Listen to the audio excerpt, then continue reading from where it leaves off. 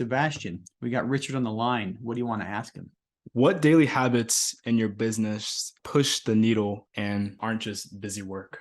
I think one of the easy daily habits is checking in with all the people that work with you. It is so easy to get so busy that the people that are right under your nose, your property manager, your construction worker, your bookkeeper, keep in touch, be there. And in some businesses called like a 10-minute huddle, but it's having a connection with everyone and checking in with people because people want to work for people they like. But after that is you have to start with a priority list every day. And I have to do that in everything that I do. I have 20 things floating in my mind. I write them down and I think, what's the most important thing I have to do right now? And I get that one done before I go to the next one and then the next one. And if I only get 3 things done out of 10 things on my list, but they're the most important 3 things, everything else doesn't matter. I'm Brian Briscoe, host of the Diary of an Apartment Investor podcast. And this podcast is different than everything else out there. I bring together a new and an experienced investor on each episode, and I let the aspiring investor ask the questions that they need answered. So if you're an aspiring investor yourself, you probably will have the exact same questions. Now, before we get to this episode, make sure you hit the subscribe button below and that little bell to make sure you get notified every time we post a new episode. And now, enjoy the show. Welcome to the Diary of an Apartment Investor podcast. I'm your host, Brian Briscoe, and super excited for today's show. It's another one of our Ask the Expert episodes. 2 great people on the line with us today. We got Richard Simtob and Sebastian Porras. As is tradition, Richard, you are an experienced investor today. Welcome to the show. Welcome, Brian. Happy to be here. Awesome. And Sebastian, welcome to you too. We'll talk more with you a little bit later, but happy to have you on the show as well. Of course, I appreciate it.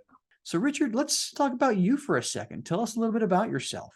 Well, I've been an entrepreneur since I was in high school. I did disc jockeying and parties. I decided to go to college and I got right involved in the student painting franchise business.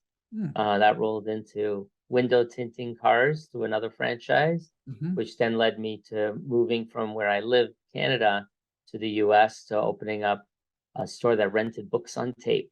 In 1993, I got most of my education from 1988 to 1993 by listening to books driving in my car. We had cassette tapes then.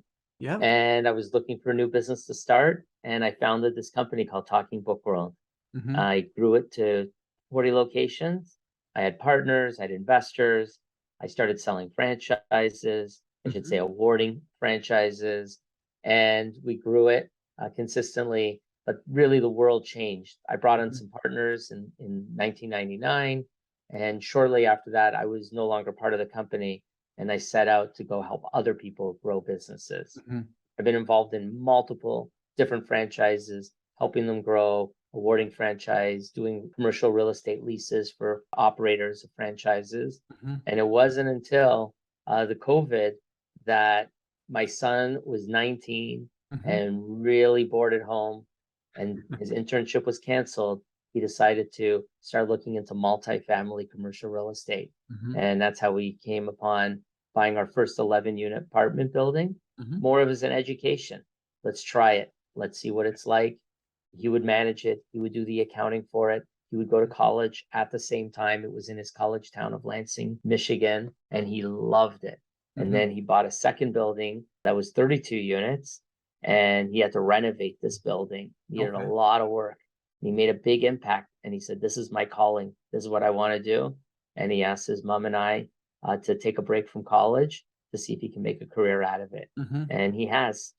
Awesome. I was actually just going to ask that question. After getting a taste of real estate, did he stay with college? I don't know if I would have, if I realized that. And quite frankly, once my real estate career started going, I wanted to get out of my W-2 as fast as I could. Just you see the momentum going, you see the possibilities, and for me, it was almost like I felt stuck where I was, but I would imagine it was similar for him. Yeah, he was very passionate about it. He could see the potential.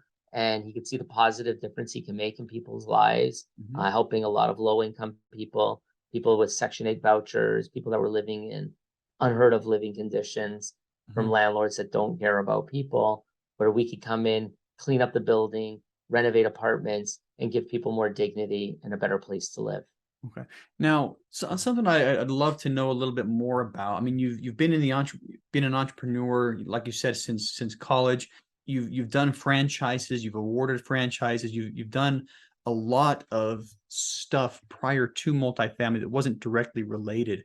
How did that previous business experience help you when you were getting into multifamily?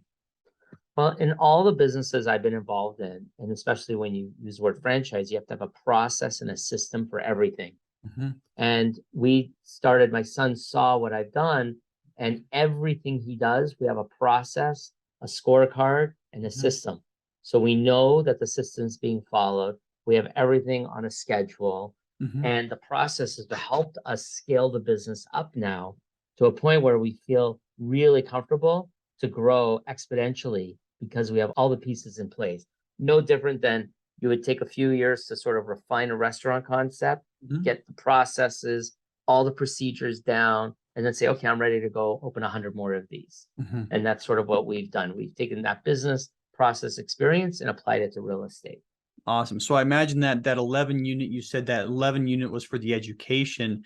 I'm going to try to read between the lines. That 11 unit is where you guys figured out your processes, built your scorecard, and then after that, I'm guessing off to the races. Yeah, there was a couple of buildings after that, but we took down 140 unit, 9 months after we did that 11 unit. And that's where our processes were put to the test, and we had to scale up, and we keep on improving. We have really good people that it's taken a while to get used to the business and understanding, and work really diligently to get the results that we need. Interesting. So one question I'd love to hear your thoughts on, when you scale, when you go from 11 to, I think you said 140, going from 11 to 140, what were the biggest differences in processes between a small multifamily and what most people would call a large multifamily? Well, the property we bought that had 140 units was outside of Lansing. So that was the first time. It was an hour away from the home base of the business. So it had an on-site property manager. We did hire a construction crew there, just like we had in Lansing, but we didn't have really good supervision.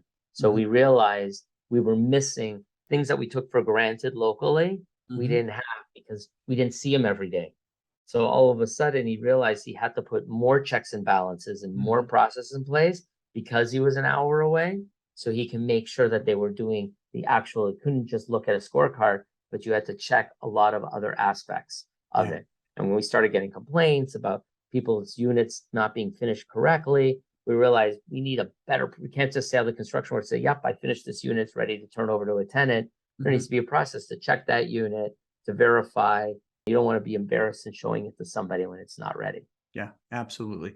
And something that, once again, reading between the lines, and we've had some issues with this as well, is a lot of times the on-site managers don't have the right expertise or capability to do a lot of that. Sometimes start educating the on-site staff to be able to eventually do it for you. We found there's a big difference between, leasing agents when you start getting into your property. In these systems, is he still visiting the property frequently, or how does that go? Oh, very frequently. But, one of the things we did is, property management is a very encompassing role. Yeah. And we realized when we grew, there's really two separate distinct roles. There's the leasing person that's taking incoming calls, qualifying tenants, and finding the right people and finding where to put them in and doing all the background checks. And then the second part of the job, which is what we call tenant retention, which is all the existing tenants have to have one person to call. I got an issue, I got a problem, I can't make my payment on time, I need. And when you put them in the same body, that person is very distracted because they're trying to do both at the same time. Now, when you only have 20 units or 40 units, it could be the same person, but trust me, you're going A to B, you're going back and forth. Now we're hundreds of units. They are completely separate roles, and tenant retention is a whole role on itself versus leasing. And leasing can oversee 300 or 400 unit portfolio because they're taking all the incoming apps and then they can slice and dice, put them into the proper property. Yeah, I like how you split that up, actually. I mean, most people will have like a leasing agent and then somebody in charge of maintenance. But I like how you phrase that. You have your leasing agent who's doing the leasing, and you have tenant retention, because they're trying to make sure the tenants are happy. So we keep the good tenants and we lose the bad ones. Yeah. Tenant retention follows up with eviction notices, collection notices, and all that.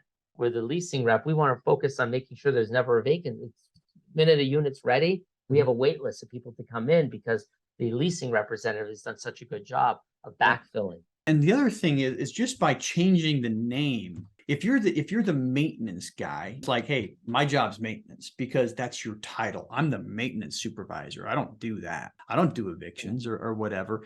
But when you call them tenant retention, you realize that says a lot to the person in that job. It's like your job is to retain tenants, whatever it takes. That is your job. I think that's brilliant. Actually, I don't want to mislead any listeners. We still have a maintenance person too.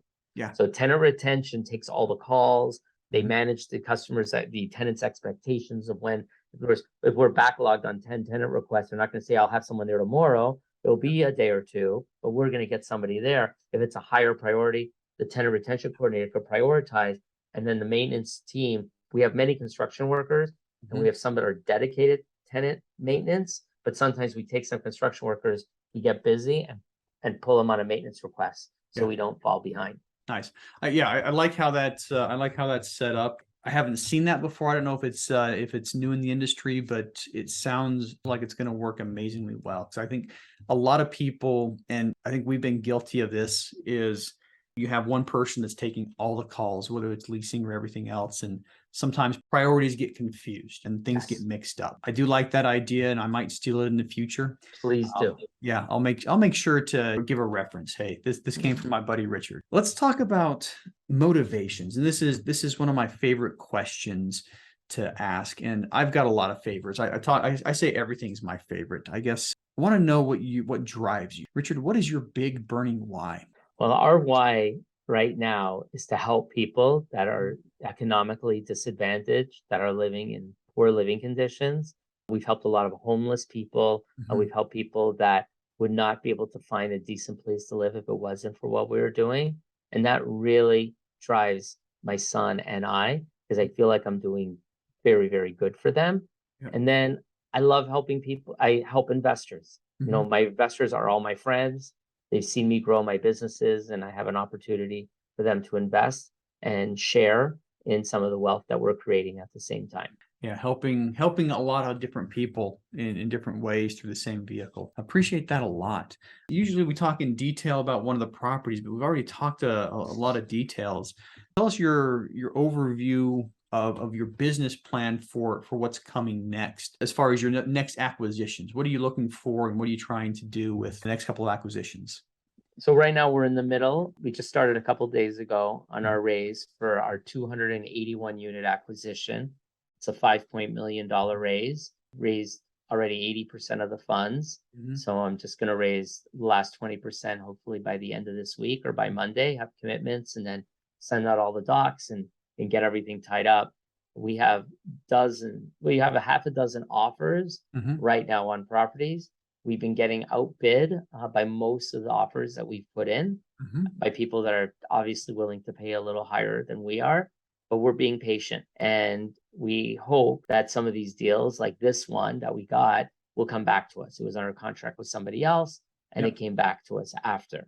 So we're standing on standby, but we're really going into what might be a recession. Who knows? Market could go up, could go down. What we know is we're running a solid cash flow business. We buy properties that we know we could add value, that we know we can collect rents, and that we can make a profit at it. So if the market goes up or down, it doesn't affect us as long as people still need a place to sleep at night. That's the solid business plan that we're building. I love it.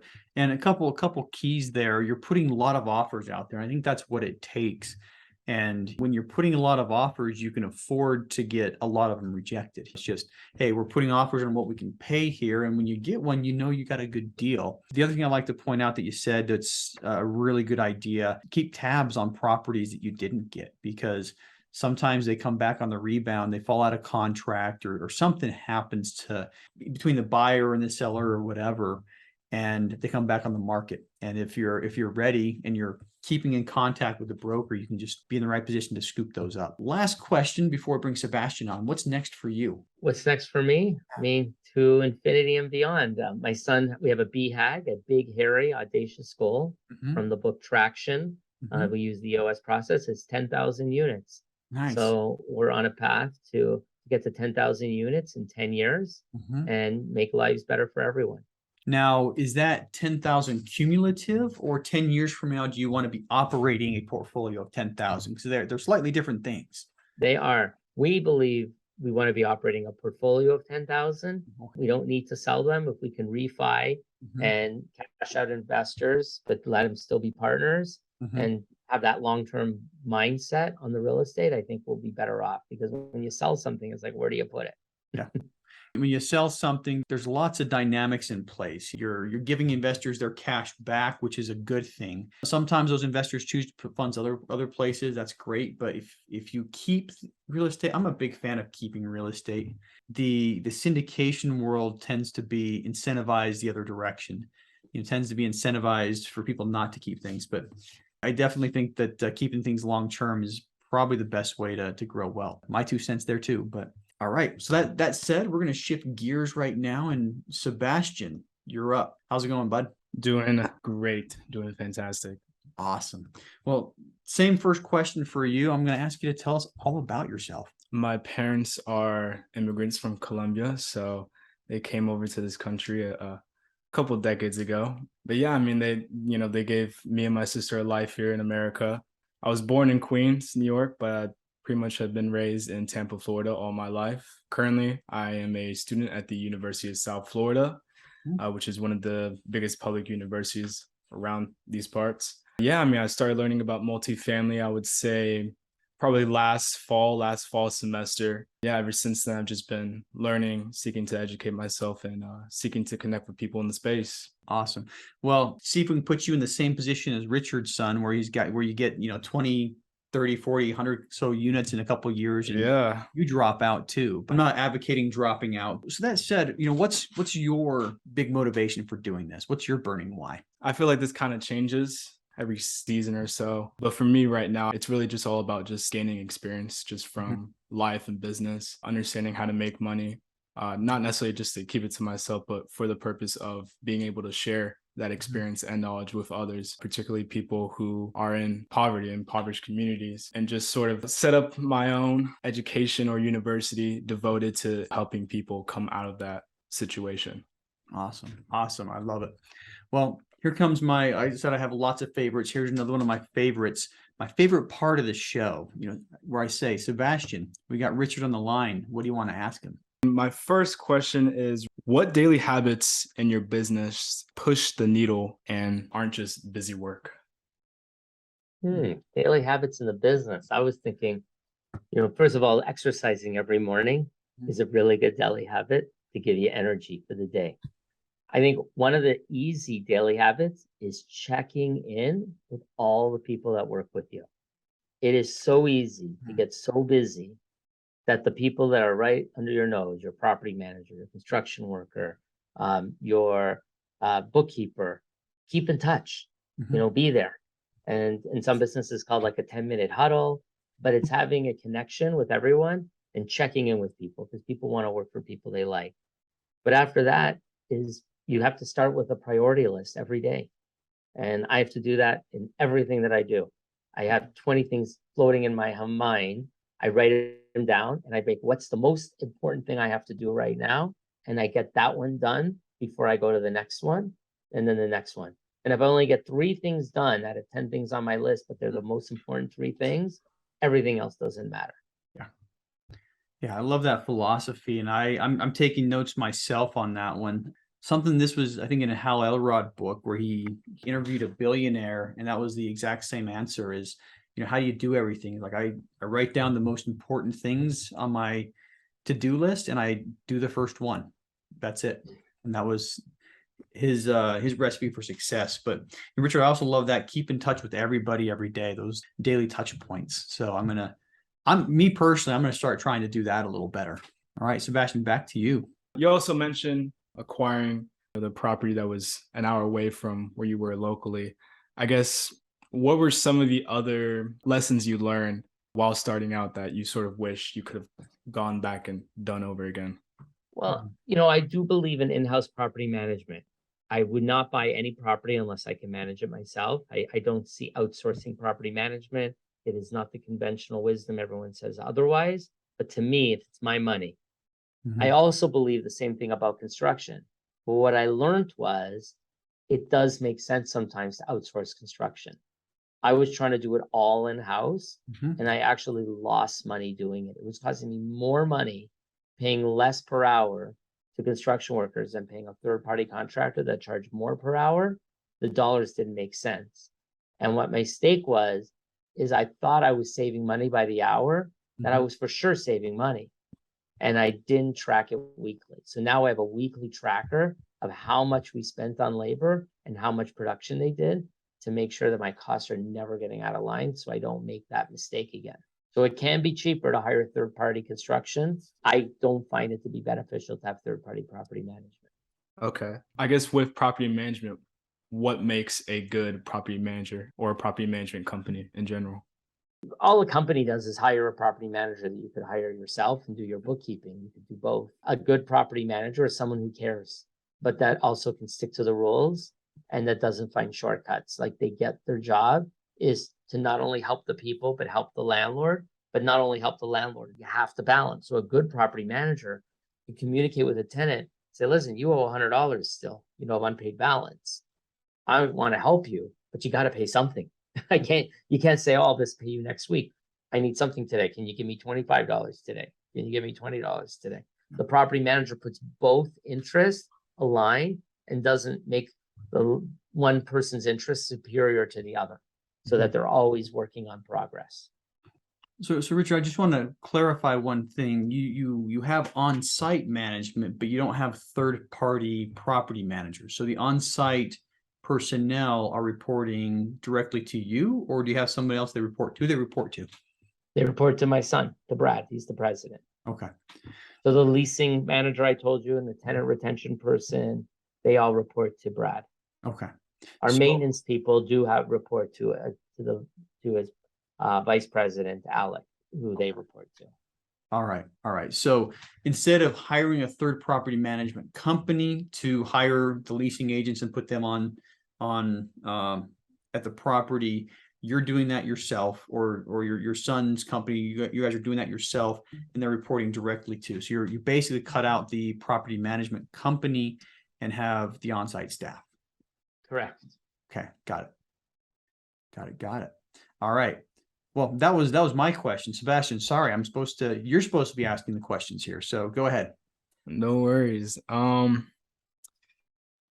besides that, I guess for someone getting started, I guess what are at least 3 things they should be focusing on? They should be prioritizing, to actually be doing productive work rather than busy work. Yeah, well, first off, you got to make offers. And the only way to make offers is you got to look for real estate every single day. So if you're not underwriting a deal, at least one deal a day, you're not doing anything. So every day you're probably talking, looking at listings, you're finding at least one a day that, hey, I want to learn more. Might be a long shot, sign the NDA, get the information, underwrite it, and come up with your price. Don't look at what the asking price is. How much would you have to buy it to get a reasonable return that you think people that might invest with you will do, that will live with? So that's the first step. Underwrite, make offers. So look for property, underwrite them, write offers. You might not write an offer on every property you underwrite, but if you're not offering an offer or 2 a week, you're never going to buy a property. And it could take you all year, write 50 offers before you buy your first one. Now, if you're buying and you're trying to raise money from people in your position, and this is what Brad did, he wrote letters to all the landlords in his market and I'm a young man, I'm getting started in real estate, would you have coffee with me? And shocking, he had a lot of calls. Wow. So he got to meet a lot of interesting people. We've done 2 off-market deals with people through that letter campaign. And he was never asking to buy their property. He was asking for someone to just share their story. How did they get into real estate? What made them successful, and learn about them. Nice. I like that. Become interesting. You have to first be interested in others. Nice. Yeah, I echo what Richard says. I mean, if you're looking for properties, you have to have that deal flow. You have to be active. You have to be underwriting properties. I like that metric, one a day. Get one new a day. And if you're doing that much, you're going to accelerate how fast. I mean, if you're doing that much instead of one a week, you're going to accelerate your success a lot quicker. And if you're raising capital, talk to people, talk to as many people as possible, put a number on it every single day, and make sure you don't go to bed until you've talked to that many people about real estate. Anyway, Sebastian, what else you got? I mean, those were my three main questions. I really like the whole trying to be transactional, what your son Brad did, really just asking more for that relationship, which definitely is something a property owner may not be used to, since everyone's asking to buy their property. I've done that. I've called people, would you like to sell your property? Not while I'm alive. You can buy it from my kids when I'm dead. Yeah. Those calls don't go really well. I still do once in a while because I'm interested in a property, and I don't know how to go around and beat the bush. Really, you got to befriend people. People are going to take you seriously. What I've learned, and obviously what Brad's done is unique. He has a dad that he could leverage. But if you don't have a dad or an uncle, what you need somebody that you can bring value to. So you have to find, it's very, very hard. You're not going to buy your first $1 million property all by yourself and be 100% sponsor if you don't have $1 million. It's just not going to happen. No bank's going to fund you. No investor is going to invest in you. So you have to have a partner. So you start with a partner and you leverage that partnership, but it doesn't have to be a forever partner.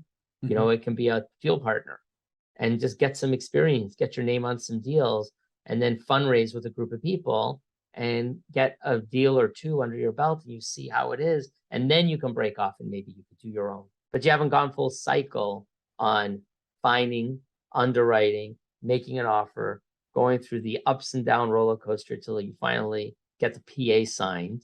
And then the work starts, right? All the due diligence, the raising the capital, finding a banker that's going to lend you, and the terms are going to be very, very difficult. And then when you finally get to the closing table, you think you're done, and then you're just beginning. Yeah. And that's the real work.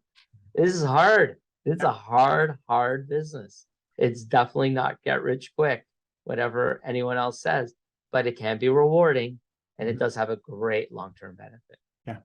I remember I had a paid mentor that was kind of guiding me through the process. And when we closed, his text to me was, congratulations, now the real work begins. And I'm thinking, oh crap, because if what we just did for the last 3 months trying to get this closed wasn't real work, I don't know what is. It is a business. It is difficult. You've got to pay a lot of attention. And going back to the cold call thing, I've been cold called a lot, especially as a property owner. I would say that it does sometimes work. If I get cold called when I have a need and they're able to match that need, well, that's when I say yes. So I wouldn't completely discount cold calling people.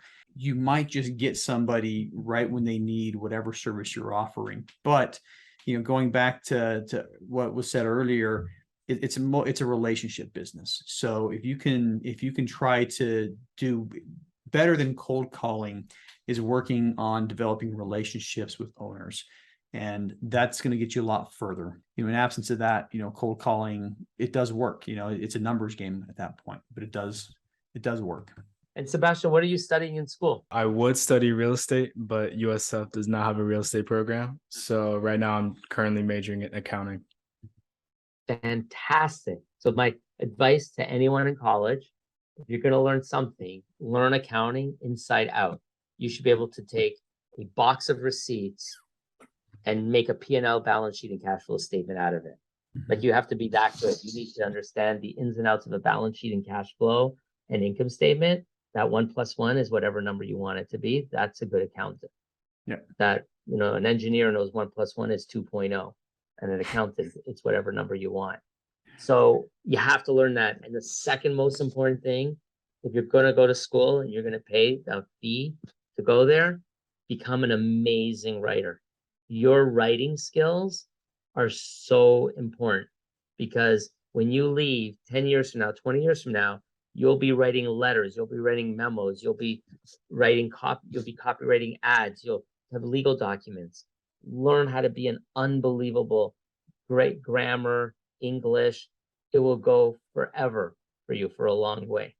Nothing will be worse than you writing an investor and having a spelling error and a grammar error in an email asking for $100,000. Now, something about the accounting, I took an accounting class in college, and I'm very glad I did. I wish I would have taken more. And for 20 years, serving in the military, it didn't make a difference. But when the financial statements started coming in, the balance sheet started to come in, I was at least familiar with the concepts. But Richard, I think you hit the nail on the head. Somebody on the team has to be familiar with accounting well enough to be able to look over those statements, the balance sheets and everything else, and know if things are right. Because your bookkeepers, and they don't always do things right. Let's just put it that way. Accounting, love it. Anyway, we are about out of time here. So one last question for each of you to close up. And Richard, you get to go first. How can listeners learn more about you? Well, you can go to simtob.com. My last name, SIM as in mother, TOB as in boy.com. You can see the properties we have. We added a little spot where if you want to be part of my mailing list, you can give me your name, email, and phone number, and I can keep you informed as we do more projects and we start expanding out. Love it. I wish my last name was available as a domain. I tried it and it wasn't there. One of the other Briscoes in the world, I guess, got it. But Sebastian, same question for you. How can listeners learn more about you? Yeah, I mean, just looking up Sebastian Porras on LinkedIn. I'm there. Also on Instagram, but mainly LinkedIn is where I try to devote my social media time. All right, sounds good. And we'll have links to websites and social media profiles in the show notes for anybody who's listening.